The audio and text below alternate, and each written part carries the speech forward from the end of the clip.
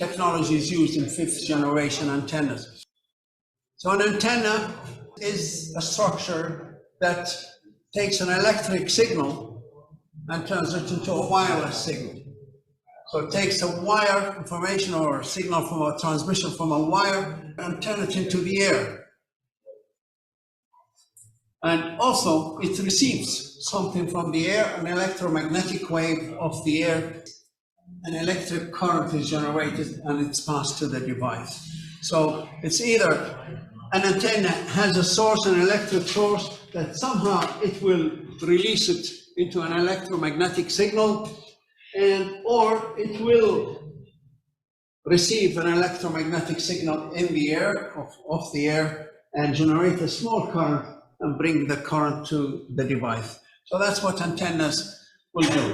Most antennas are transmitters and receivers. You might get some antenna that only transmits, an antenna that only receives. But what's the technology? So a transmitting antenna is one which converts that electric signal into electromagnetic waves.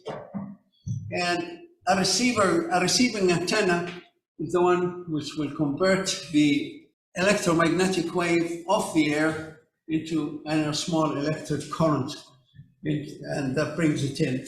And a two-way communication is the same. Antenna can be used for both. So usually antennas, you can use them to transmit or receive signals. And there are a number of different types of antennas, but they're mainly divided into two types. They're the wire antennas, and they come into, again, what they call the dipole, the loops, and Yagi, Luda. So there are a number of different antennas, or the aperture antennas, which are parabolical or horns or microstrips and things like that. So we'll look at them all.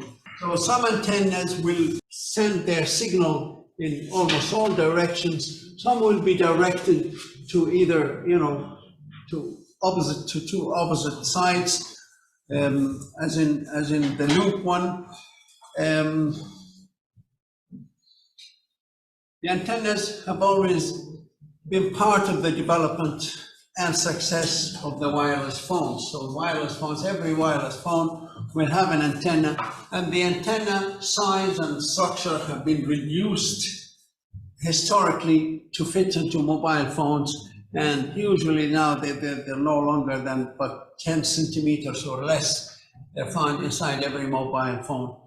So the antennas for mobile devices have evolved since their introduction from different types. The one that's always there is the whip, to the one that retracts, you can pull it out, and embedded one inside the device itself. Antennas are fundamental device in the transmission line. The electric energy is converted to electromagnetic radiation. As frequencies go up, the wavelength gets shorter. So the frequency and the wavelength varies. Well, as the frequency is higher, the wavelength is shorter. That's constant. Loosely speaking, radiation occurs where there is a change in the electric current velocity or speed or direction. So wherever there is a change in the speed or the direction, we get some radiation. Consequently, antennas come into all forms of curved or bent or folded metal shapes. Wherever there is kind of change in direction, electricity tends to generate a magnetic force, and that becomes our electromagnetic signal. So radiation mechanism, how does actually the electromagnetic force radiates? Charges are transmitted over a straight metal at a constant speed, do not produce radiation. So if you have a wire with constant electric current going through it, nothing happens. Very little radiation or no radiation take place. But if the charges encounter a discontinuity, like a bend in the actual wire, the speed changes, then there is radiation. So if there is a changing in speed, sudden change in speed, you kind of like a radiation happens. In a resonant structure, charges continuously oscillate, creating continuous stream of radiation. So as the electricity always changes direction, there's always tends to be a small radiation. If you have two wires with electric current flowing from either side of them, usually the open-ended two-wire line, nothing happens, there's no radiation occurs, even though there's magnetic or electricity is flowing through it. But as they change the shape, bend it near the end, the classical approximation considers that if the arms of the line are moved away, the current distribution remains the same. So this is where actually radiation takes place here at this point. In those corners here, where they seem to be the maximum amount of speed, and that's where actually radiation seems to happen here. And the radiation comes out in two kind of forms. They refer to them as E and M, or magnetic kind of signal, and an electric signal. So the radiation that's produced by the dipole antenna, this kind of antenna, it comes out in a form like this, kind of a spherical form. The isotropic antenna, it's a point of source that occupies a negligible space and has no directional preference. This is an isotropic antenna, is an imaginary antenna that they say, right, let's measure all antennas to this one. And ideally, that's what an antenna should produce a complete sphere of transmission. In fact, not all antennas do so. And that's why they use this as kind of measuring or comparison of each antenna to this one. So the isotropic antenna is used as a measuring bar for real antennas characteristics. The pattern is simply a sphere, while, you know, if somebody comes up and say, okay, I have produced this antenna, and if we can plot out the shape of the magnetic radiation that it produces, and we compare it to the isotropic antenna. If it goes bigger or longer, we say it's maybe equal or twice as far as travels as far as the isotropic antenna. Or if antennas, they don't have the full shape, the full spherical shape, but they concentrate on one direction only, they might go longer than the isotropic antenna, but not cover the same area. Polarization of an antenna. What's the polarization of an antenna? It's the signal emitted, the signals that the antenna generate. Are they polarized or not? The ionosphere changes the polarization of signals in, you know, unknown ways sometimes. So for signals which will be reflected by different parts of the air, polarization is not crucial. But for line of sight communication, if you want communication close by, it's important to have maybe horizontal signals or vertical signals that will affect the quality of reception maybe, or the quality of the receiver, how the receiver would receive it. However, for line of sight communication, it can make tremendous difference in signal quality to have the transmitter and receiver using the same polarization. So polarizations commonly considered are vertical, horizontal, or circular. So this is really what meant by how does the signal generate? Usually, most of the time, signals they actually generate an electric and a magnetic kind of signals. And they usually are also generated at 90 degrees angle.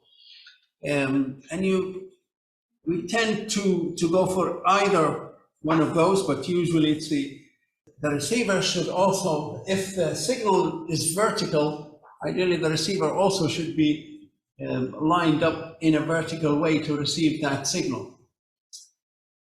This one, based on the position of the transmitter, the signal will always be fixed in a particular position.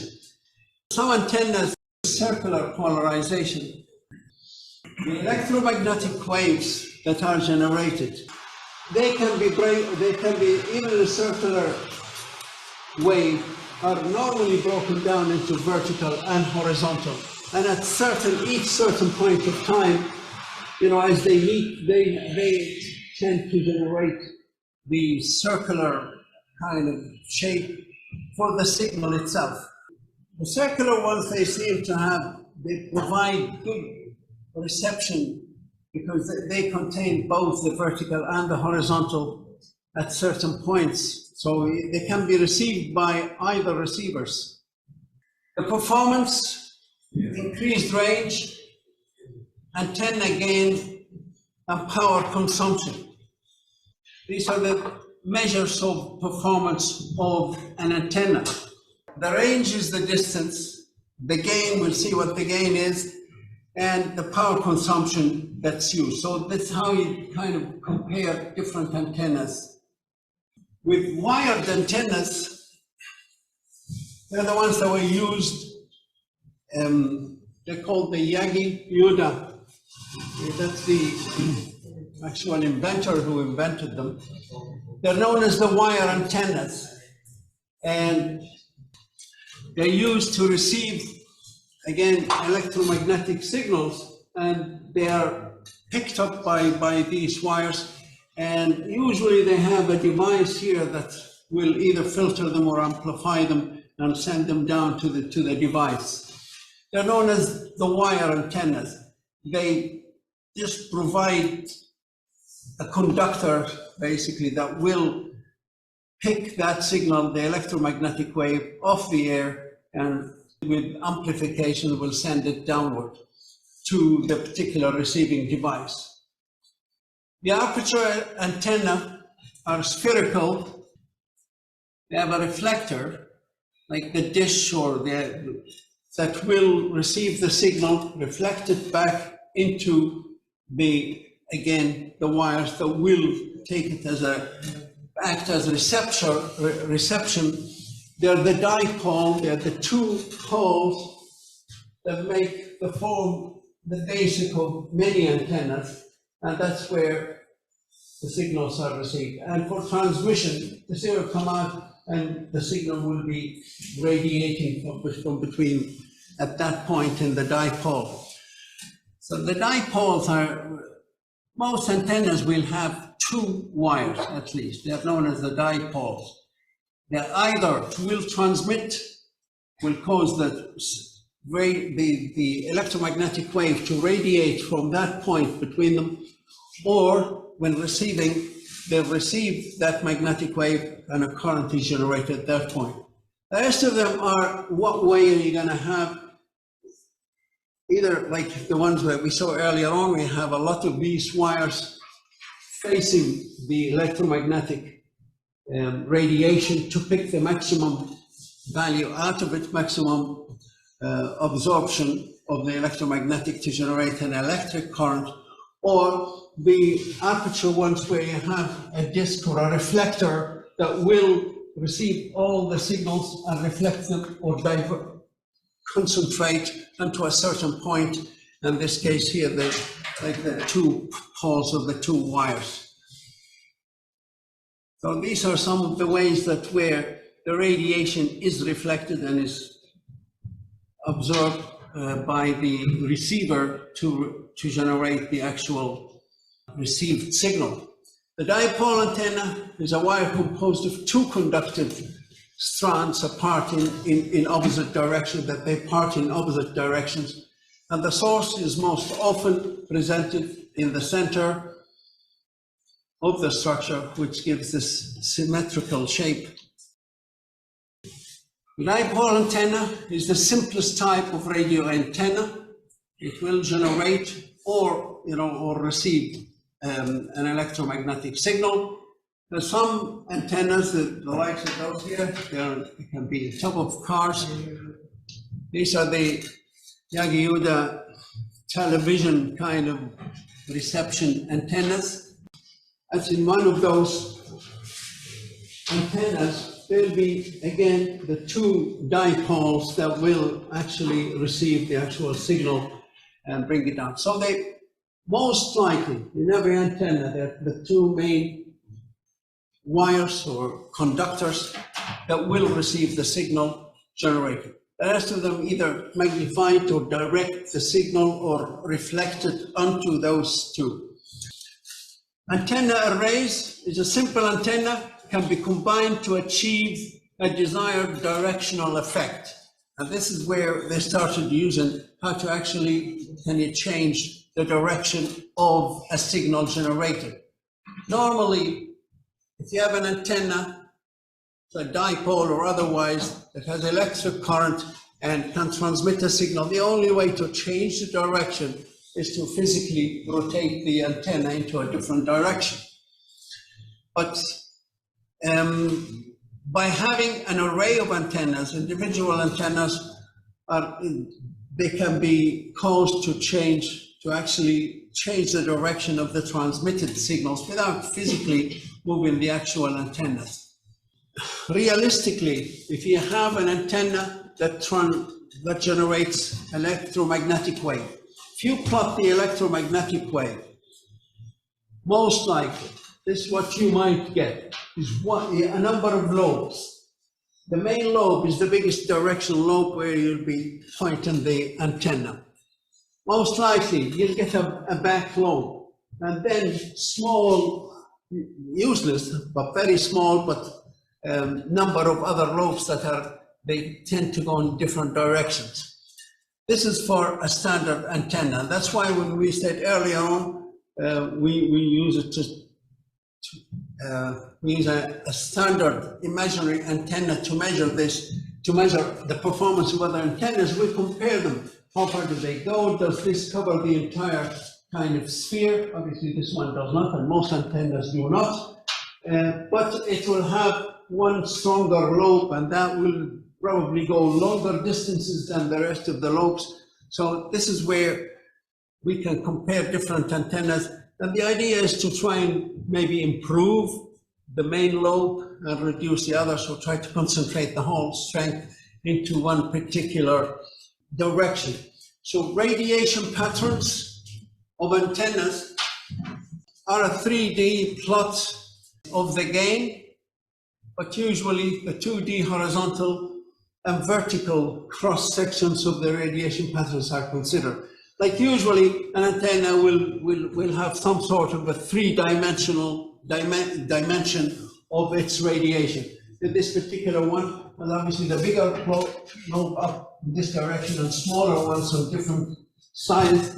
But what we are more interested in is how far and how, the width of each lobes, and where's the longer lobe, so to cover longer distances. It refers to the variation of the relative amplitude of the radiation as a function of direction. So we're interested in the direction and distance. The side lobes of antennas sometimes show side lobes in the radiation patterns, and the side lobes are peaks in gain other than the main lobe. So this is in this example, the main lobe is this one here, and the gain is how far does it go in a particular direction compared to our basic antenna. And the side lobes have bad impact on the antenna quality whenever the system is being used to determine the direction of a signal. So obviously the less, but if we can get rid of the side lobes, we can have better performing antenna. The radiation intensity is the power density per solid angle. Like if you have here a mobile phone, how much is the intensity that's gonna affect that antenna of that device that's gonna be receiving it? So that's an important, again, way of measuring how good the antenna is, or the effect or the clarity of the signal.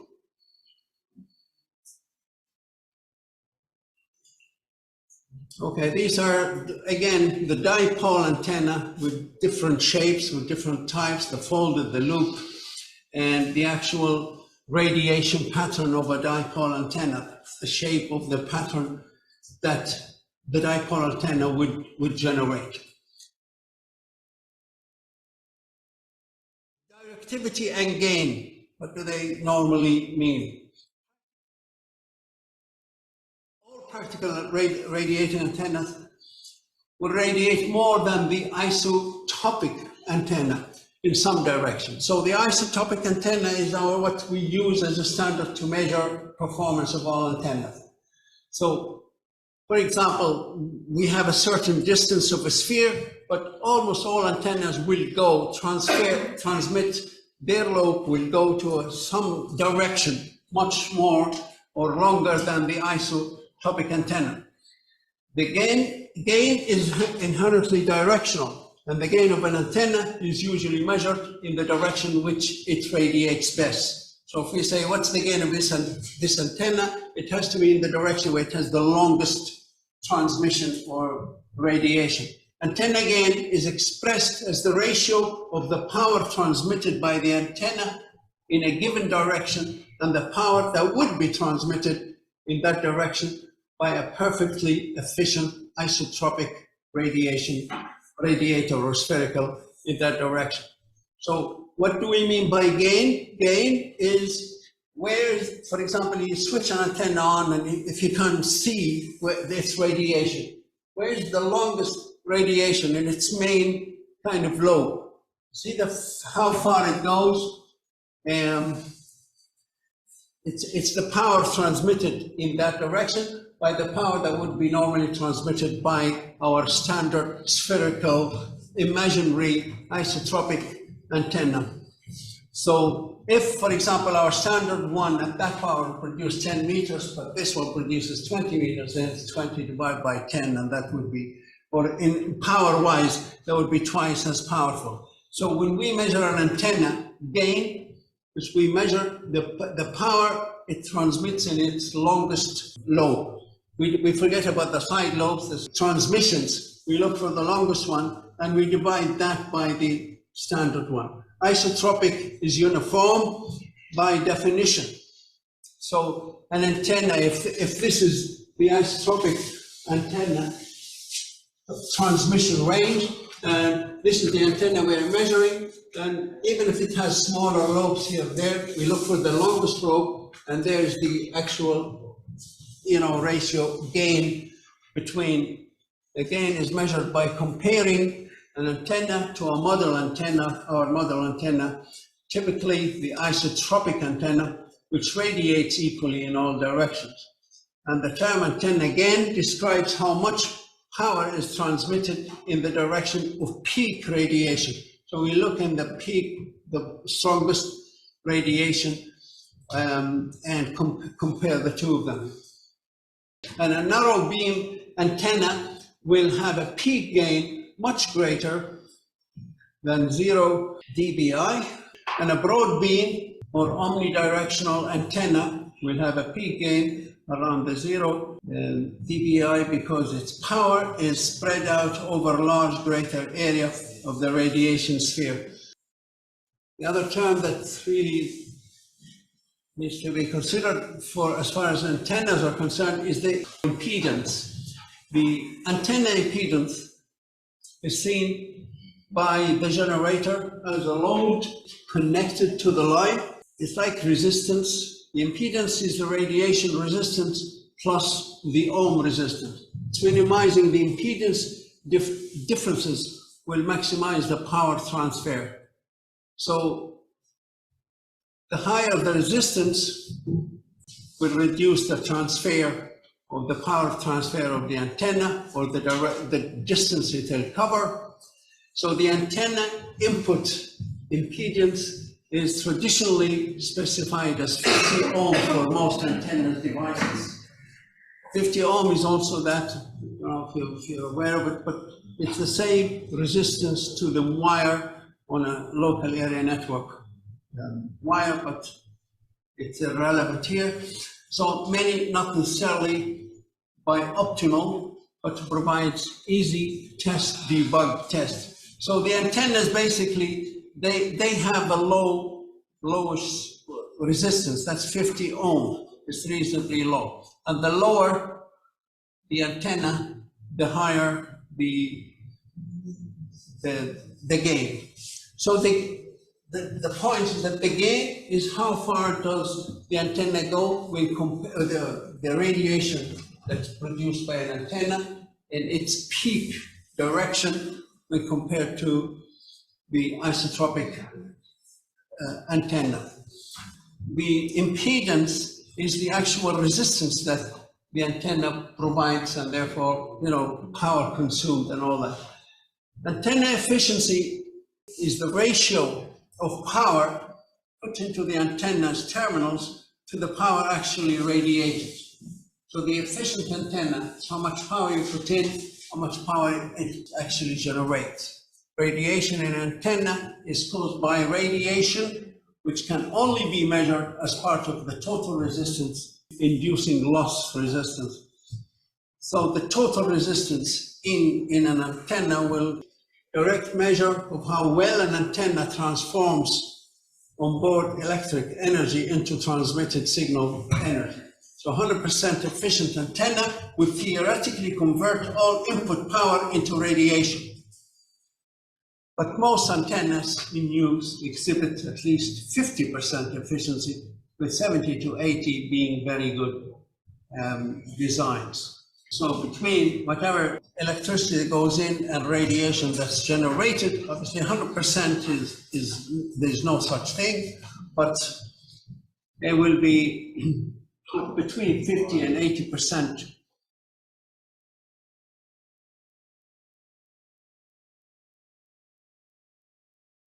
Antenna arrays. It uses many antennas, so that far just gives you, a quick idea of what an antenna is, how much electricity does it consume, how much power does it generate, and the idea is that your antennas, every antenna has one lobe, one direction that will travel far enough, the peak lobe. The rest of it is kind of minimized. So we get into the point of a group of antennas or arrays, antenna arrays, and multiplication of patterns, how we can make one pattern increases in a particular direction. So antenna arrays is having two elements or two antennas working, one was, side by side, and they're generating a signal. They found that the signal actually, they kind of combine their signals, and the actual radiation takes a particular shape. That peak lobe increases when they put a number of antennas together. This is, I don't know, but maybe it's like having a few lights, a few bulbs. If you put them beside one another, light tends to go a little bit further, or they look brighter at even longer distance. And yet, you haven't changed much. So same here as with antennas. Put one antenna it will have a lobe, but it'll be much smaller lobe. Put another antenna beside it, suddenly the lobe gets a little bit further and further. So it's like the radiation increases. So that's the idea of having arrays of antennas. At least one idea is that you can have longer distance where you can reach maybe devices longer distance. The other thing is if you change the time at which scanning antennas, changing the phase on the element feeds can make scanning array. So in fact, if you change the time when you switch the antennas on and off, you'll notice that the lobe is changing direction as well as that, or changing the actual power on each one of those antennas. Is without physically moving the antenna, you can actually get the lobe to start moving left and right automatically without physically moving the actual antennas by changing the phase. Phase is the timing at which you apply the power of transmission. Hence the arrays, they started creating a number of antennas, increasing them from 2 to 4 to 6 to 8 to started producing, larger number of arrays, and then got into something called beam forming. So now you have antennas that you can actually start steering that product of radiation. So beam forming antennas are also known as phased arrays. So they're an array of antennas that you supply the actual electric power at certain phases or certain times. It utilizes a series of antennas, elements, that allow the antenna bundle to be controlled electronically instead of mechanically. And this is a major improvement in antenna development. This allows signals to be emitted in or received from the correct direction. So you can actually now start transmitting a signal to that device and then to that device separately.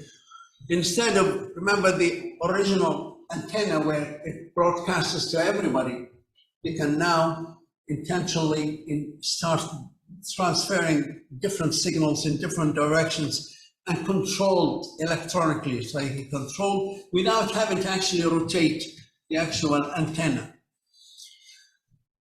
So this is just an example of those particular antennas and they were kind of, again, reduced in size and all that. But even that distance there is so important, how far one is, because when a signal is received at a certain, by maybe a device, this will receive the signal tiny bit of time before this one, before this one, before this one. You can actually measure either the strength, the exact direction of that signal by knowing, the difference in distance that the signal had to travel. We know the distance and you'd be able to work out either the direction or the strength of the signal of where it came from. And also you can direct all these signals to all send one signal to a particular direction by feed them at certain phase, those different antennas. So the phased array of an n number of antennas in a linear or two-dimensional configuration and produces plus beam forming and control device. So you have a device that controls it. It can generate a beam, and the beam is formed, changing the shape and the direction. The amplitude and the phase, that's the strength and the phase of the excitation of each individual antenna, is controlled electronically and is software designed. The phased, again, same phased array antennas, the properties, the principle of the phased array is to synthesize a specified electric field or phase and amplitude across the aperture or the different antennas. The resulting beam approximates a Fourier transformation, okay? And the individual antennas are frequently spaced out half a wavelength apart. So they are, that the distance between each antenna, physical distance, is important.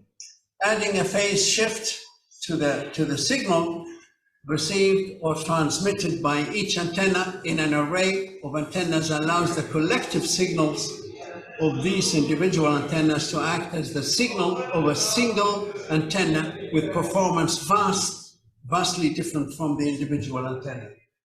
So all these antennas put together, when you start generating a signal, they will generate one beam, collective beam, based on how quick and how fast and how powerful you send that signal, the phase, so you can control the direction and the strength of the generated signal. The power is the signal collected, is the combined signal of the individual antennas, and so it's a much stronger signal that you receive in one direction, so the gain is much better. Beam shaping, the antenna pattern of the combined antennas can be much narrower than any other individual antenna. So you can actually narrow the beam, make it narrower, and goes longer by having those different array of antennas. Beam steering, the direction of the peak sensitivity collective antennas can be altered without mechanically positioning the individual antennas. And for an array, the electronically variable phase shifts, you can switch the beam positions as fast as you can switch the phase shift. So easily remember that transmitters and receivers can change the frequency very quickly, or the amplitude of a signal, or the phase shift. I'm assuming you know what the phase shift is. So once you can change the phase shift, you can actually change the direction of the signal. And reliability for a single antenna, the positioning system fails, you can't point to anything except down the line of sight of the antenna. For the array antenna, if one antenna fails, all the rest continue to function. So the advantage of having an array, so even if one antenna fails, it will not affect the overall performance. So cost is very large. Mechanically steered antennas are very expensive. These newer antennas or new technique of steering signals is much cheaper, and it offers much better control and quicker than with mechanical devices. Multiple beams utilizing a wide range of control provided by the phase shifters allow one to synthesize multiple beam responses if so desired. Let me go to how these beams are controlled. If you have one beam, it's most likely it's going to be a wider beam with shorter range. Put two beams together, you actually narrow it and make the peak lobe, the range goes longer.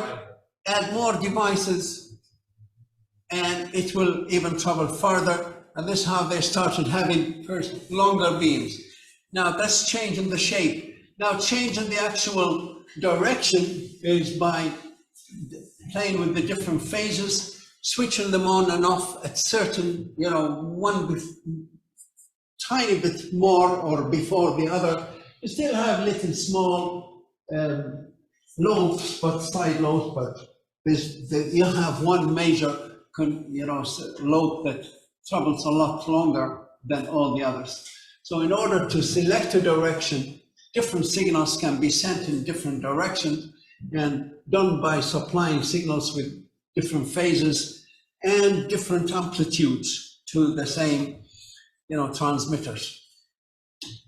So you can have main lobes, you have side lobes with one antenna. You have lots of lobes.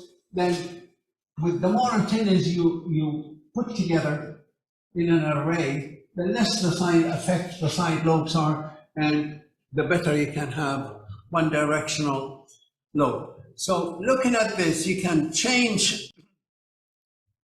If you decide in some directions, you can benefit from the side lobe. You can have the main lobe and a side lobe, and you can transmit both of them if you so wish, where you can actually send multiple signals to different devices if you knew where the devices are.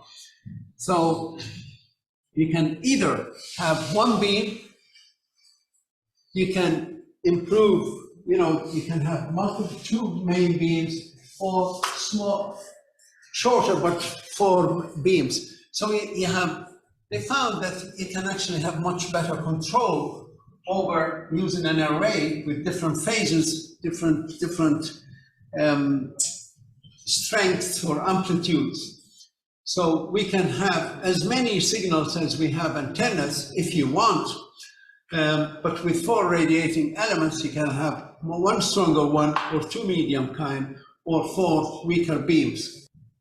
The phase shifters are what's used to change the direction of a signal, and you can actually, like if you intend to reach a particular device, you can aim for a building. If you knew that the device is behind another building, you have much better way of catching it, or much better chance of targeting that device by aiming for a point where that signal will be reflected in some direction to the particular device. or you can send in both signals to either side and where the device can be reached. So there are many different ways where you can actually either go for the one beam, single stronger beam, or maybe sometimes you might go for two smaller beams, but they'll still do a better job occasionally or sometimes.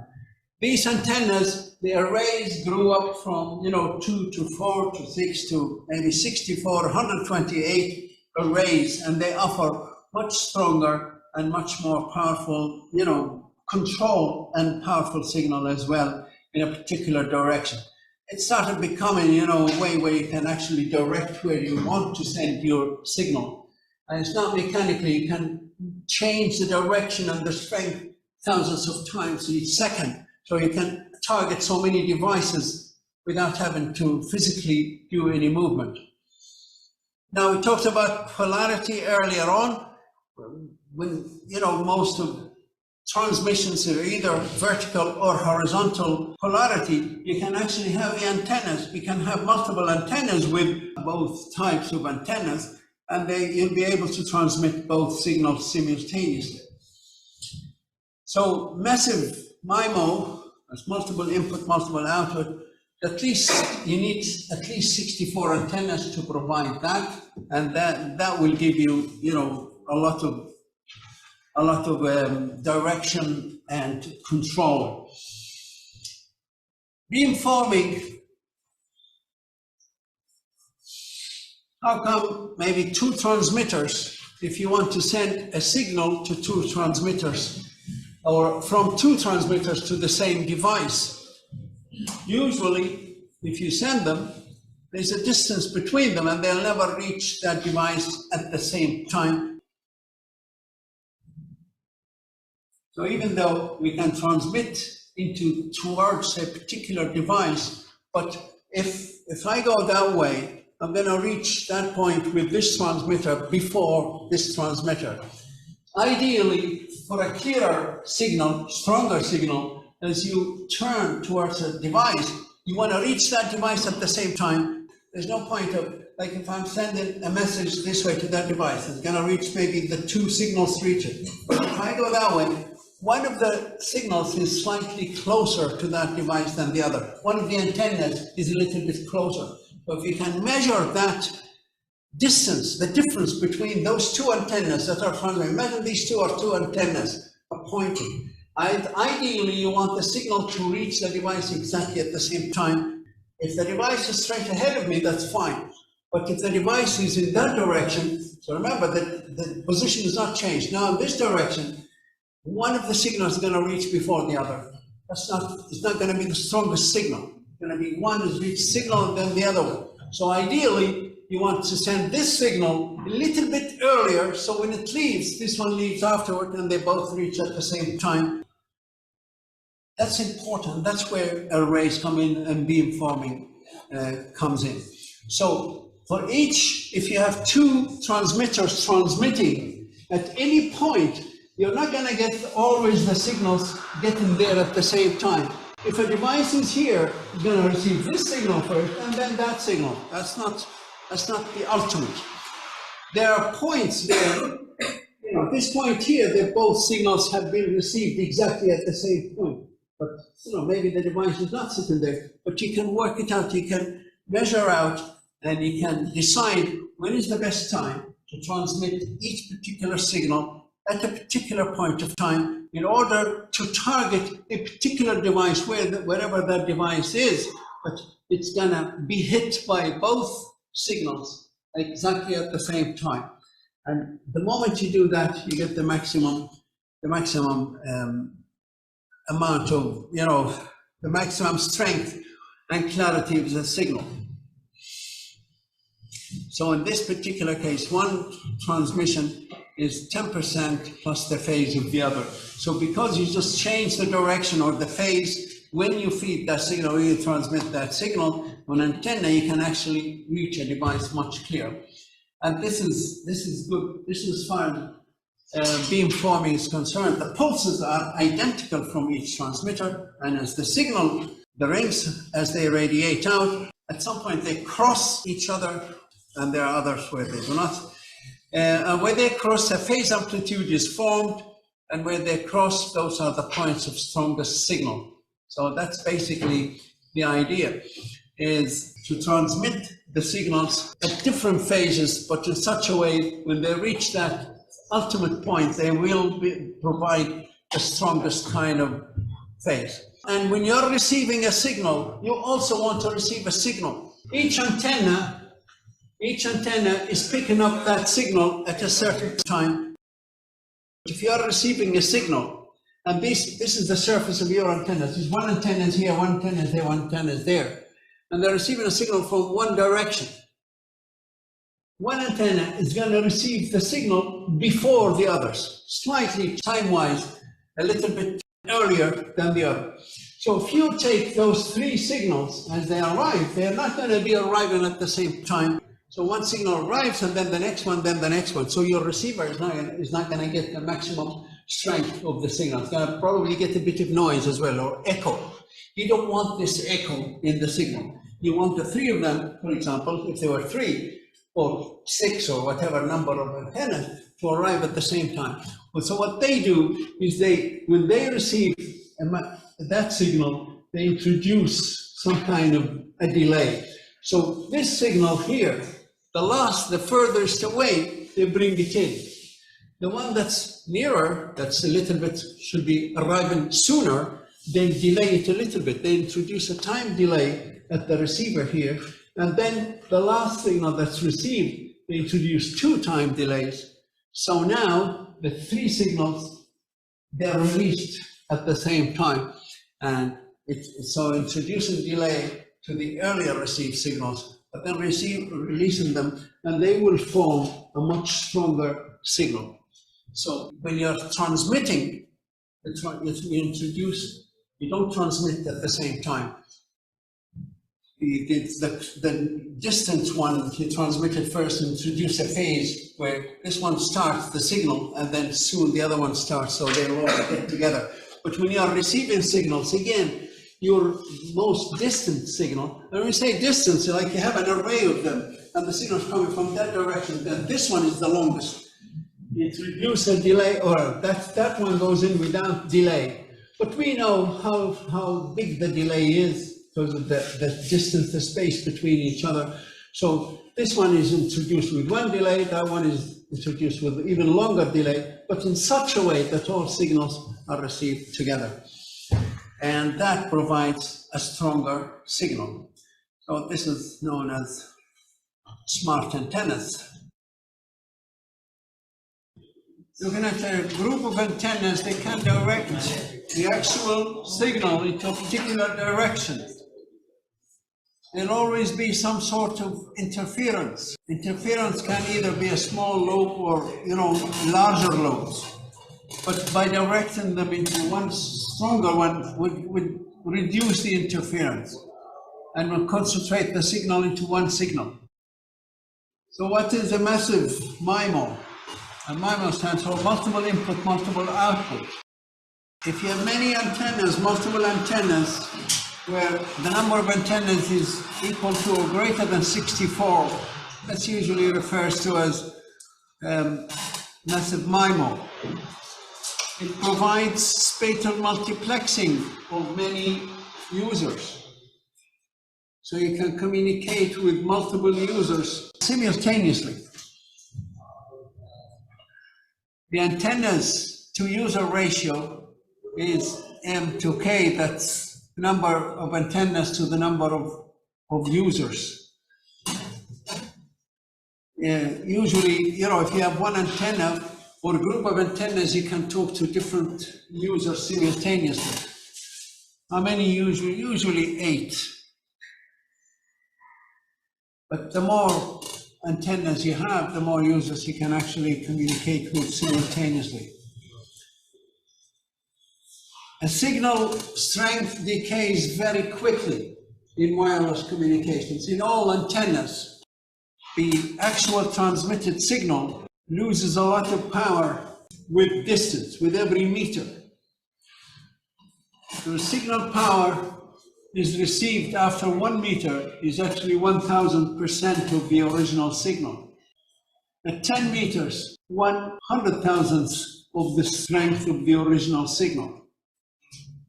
So usually the decay, the weakening of a signal is quite rapid in wireless signals. That's why the range is always limited.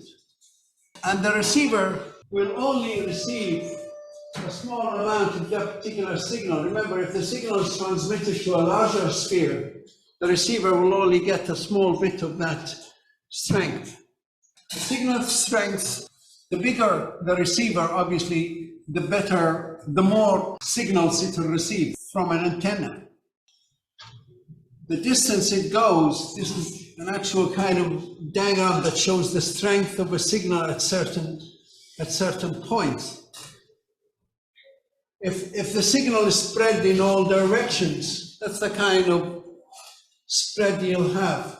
All directions, but the distance in any direction is quite limited. If we can direct it into a smaller beam, it will tend to go longer, with many, other noisy kind of side lobes. If you can get rid of all the lobes, and the thinner you send the signal, the longer it will go, and you'll be able to direct it to a receiver, and the receiver will get a much stronger signal. So using the same transmitted power, those colors indicate the path in decibels. The narrower the beam, it's laser-like, is the more antennas you can have, the more you can actually narrow the beam, get a stronger beam with longer reach. So if you were in a kind of an area where, like a mobile phone or devices that receives wireless signal, the lucky users will be kind of facing not too far away from the antenna, and they'll receive the signal. Anybody behind an obstacle or a building, they probably will not benefit a lot, and they require antenna, to be sending their own beams in different directions in order to reach them in a particular manner. So this is the kind of thing that these signals can probably do. The antenna can find out where is the best location to send the signal in such a way to be reflected to this one. And it's actually decided by the strength of the signal it receives from those devices. The antenna has the ability to analyze the signal receives, the strength, the direction, and can then decide, okay, for this particular device, it's best to send the signal in this direction. So it can work out the best device. And therefore, an adaptive beam forming is always required at least for mobile devices. Adaptive beam forming uses the space, division, multiple access, multiple user MIMO. It's a concept from the late 80s and early 90s, but it was never used until, much later on. So the theory, it was always there in being able to transmit signals in different directions, but there was really at the time, maybe no need for it, or only technology needed it later on. The data rate shows, with the number of antennas, it shows the number of mobile devices and the number of users. In the last 10 years or so, the evolution of the adaptive beam forming, where you can actually, through the array of beams here, they're increased from 8 elements to 64 elements, where transceivers are used, or devices that receiver and transmitter are used. First, there was one big transmission, and then you can transmit in multiple different directions horizontally, and then now you can also go vertical and horizontal simultaneously. And depending on the number of antennas you have, one antenna will transfer to a larger area or larger angle, but much shorter distance. With 8 antennas, you can actually transfer to, horizontally to multiple users. 64 will give you also the up and down and left and right dimension. Up to 64 3D beams can be transferred using 64 elements. So where to point the signal? Where's the best direction to point the signal? It's easy to implement, but it's unsuitable if M is large. If the number of signals required are very large, then you won't be able to point one particular signal. Normally, an antenna would receive a signal from the mobile phone, and it analyzes it.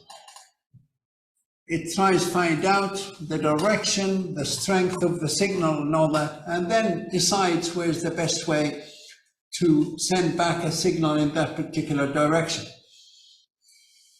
If there's only one particular device, you can concentrate the signal going to that particular device, but you can also separate the signals and have individual signals going to individual users. Both are possible techniques using different multiple arrays of and using the MIMO technique. The directional beams, where half power beams can be used vertically, where the vertical people live on different floors, and therefore they require different beams to be aimed at them. Most users you can pick them up with horizontal they're all on this, maybe on a ground level or a street level or something like that. But in a building, you also need to go for vertical directional, where you might be able to aim, or you might need to aim the information or the signal to different levels of the same building. So in many ways, you can maybe have multiple beams that would cover certain either angles or vertical distances, or measured in angles, maybe different angles, depending on the distance of the targeted devices. So that's possibly at this end here now, that's what we need to talk about. So it's beam forming is knowing how to change the direction of a beam based on the angle of where the angle is coming from, or where the device that needs to be reached is.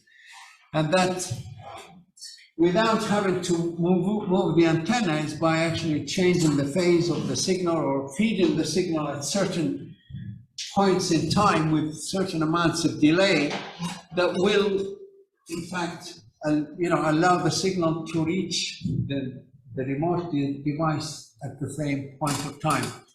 And that's the actual maximum strength.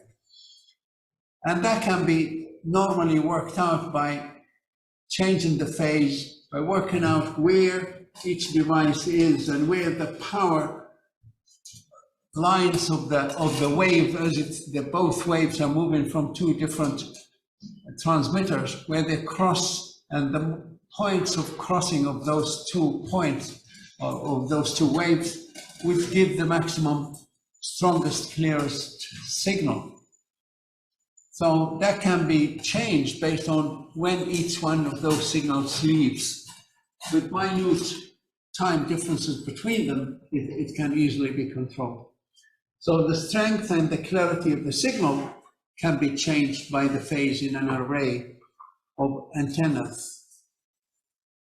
Whether transmitting or receiving. If receiving a signal from a particular direction, when it's received by multiple antennas, one next to the other, there's slight time delay between each one of those antennas.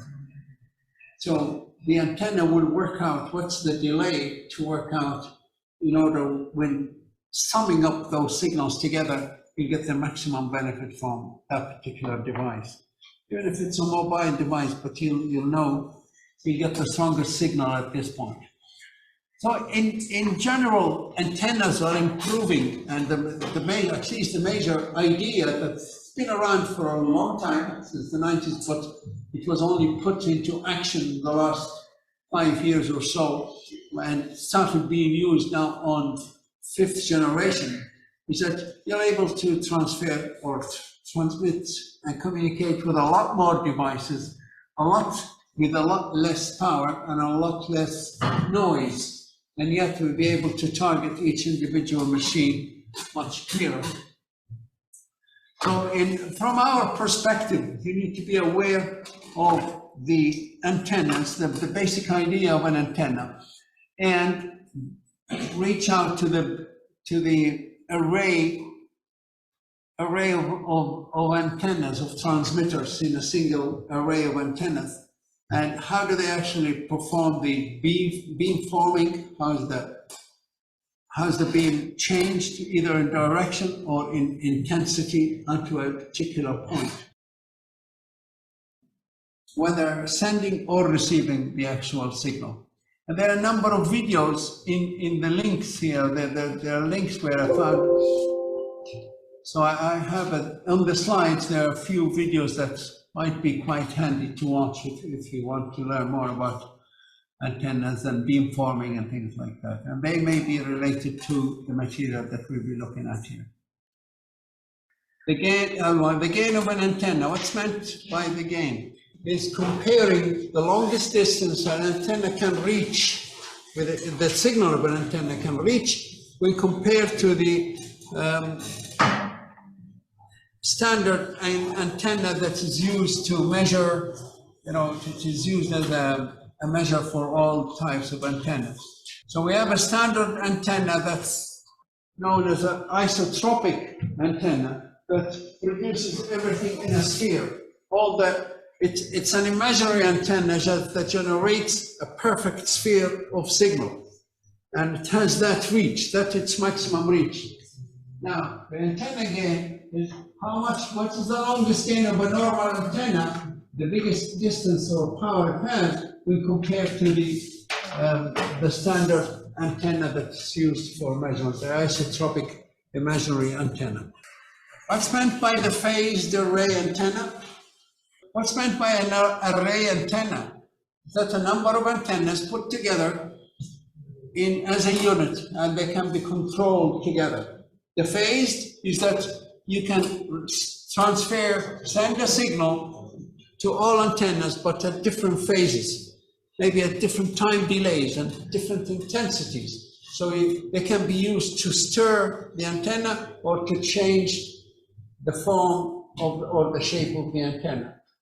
So if you want to send an antenna to a device in that direction, then you probably will send a stronger signal in this direction, to one of them, and weaker to the other, and to tend to form the signal and send it at different times to the transmitter.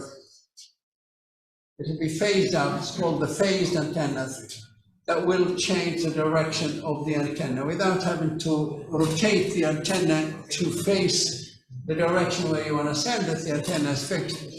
Also, when receiving, it can also receive clearer signals from different antennas from different directions by introducing delay in the closer antennas than the remoter or the further away.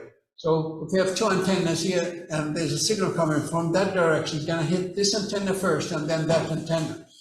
If we take the signals as they come to our receiver, you're going to get one after the other. There's not going to get one signal. It's going to get two signals like an echo, one after the other. So, but what we do with the nearer antenna, we hold on to it for a little bit of a delay until this one reaches, and then we release them together. So they will be given to our receiver exactly at the same time.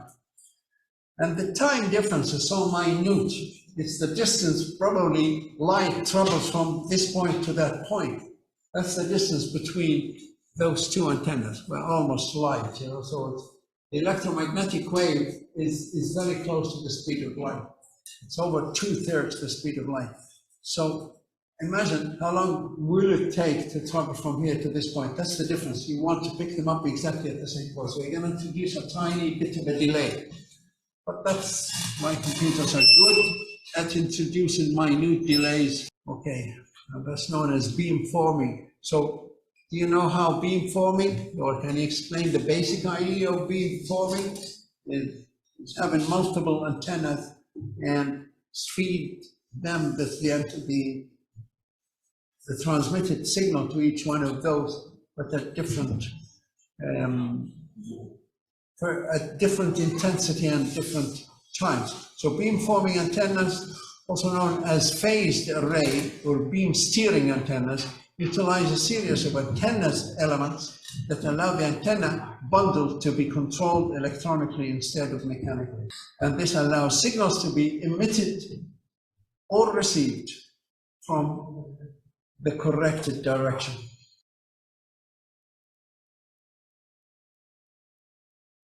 Multiple radiation elements next to each other found that they generate different pattern or different phases generated signal, but at different phases. So you give the same signal, but you supply them at different phase, and you can actually change the shape of the beam, but you can also change the direction of the beam as well. And you can also send 2 beams, for example, or 4 beams, based on the phase and the delay that you introduce into the beam. If you want to send 4 separate signals to 4 different devices, you can, generate the 4 beams, or you can just send one signal to one device that's further away or remote distance. You can use the single beam. So you can have a signal of single beam, double beam, or more, as many beams as you want.